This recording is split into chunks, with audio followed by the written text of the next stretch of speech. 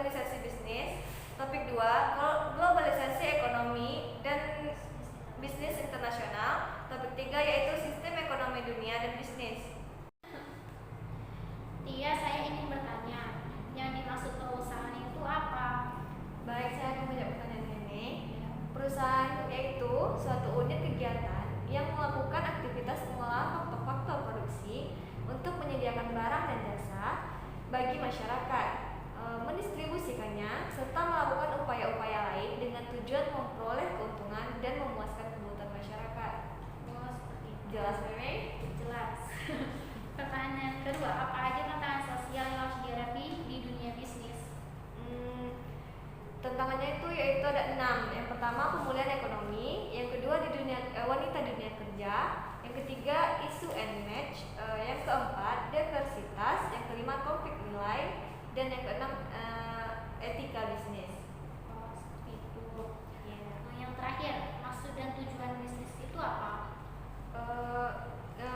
Bisnis di sini tidak hanya bermaksud memenuhi kebutuhan masyarakat dan konsumen. Bisnis juga harus mampu menyediakan sarana-sarana yang dapat menarik minat dan perilaku membeli konsumen. Tujuan bisnis yaitu agar dapat mempertahankan kelangsungan operasionalnya. Oh iya, terima kasih Tia. Ya, sama-sama. Selanjutnya saya akan bertanya kepada Sandia Melani mengenai topik 2, yaitu apa saja sih yang menjadi penyebab globalisasi? Penyebabnya adanya perkembangan dunia teknologi dan komunikasi. Yang kedua, adanya akses ilmu pengetahuan yang mendalam. Yang ketiga, adanya permudahan dan percepatan transportasi. Siti juga nggak ngerti maksud dari faktor globalisasi kedekatan itu apa? Misalnya nih, perusahaan ingin mengambil keputusan bisnisnya tidak harus mendatangi tempat-tempat yang jauh untuk bertemu rekan kerjanya. Mereka dapat mengumpulkan informasinya dengan saling bertatap muka melalui teknologi telekonferensi dan internet. Seperti itu. Selanjutnya, sikap polycentric manager itu artinya apa?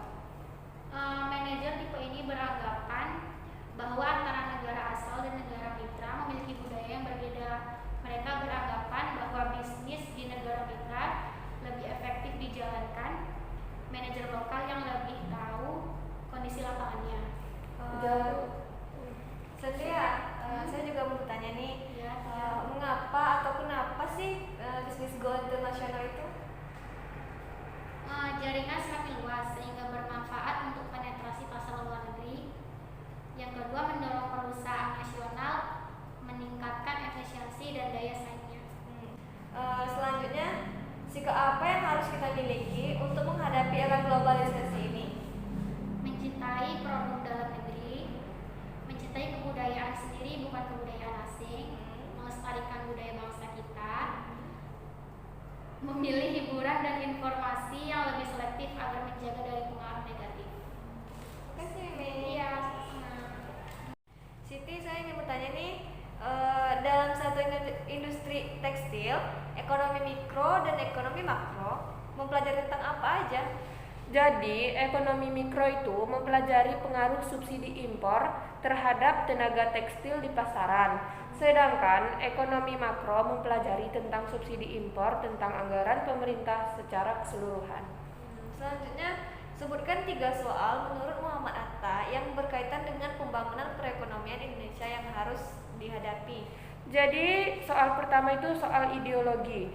Bagaimana mengadakan susunan ekonomi yang sesuai dengan cita-cita tolong-menolong.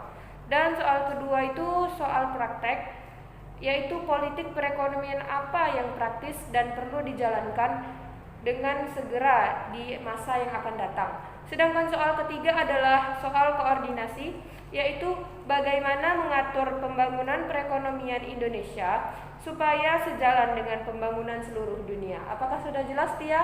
Jelas. Terima kasih. Sama-sama. Sekian hasil diskusi dari kelompok 14. Apabila ada kesalahan kami mohon maaf. Assalamualaikum warahmatullahi wabarakatuh.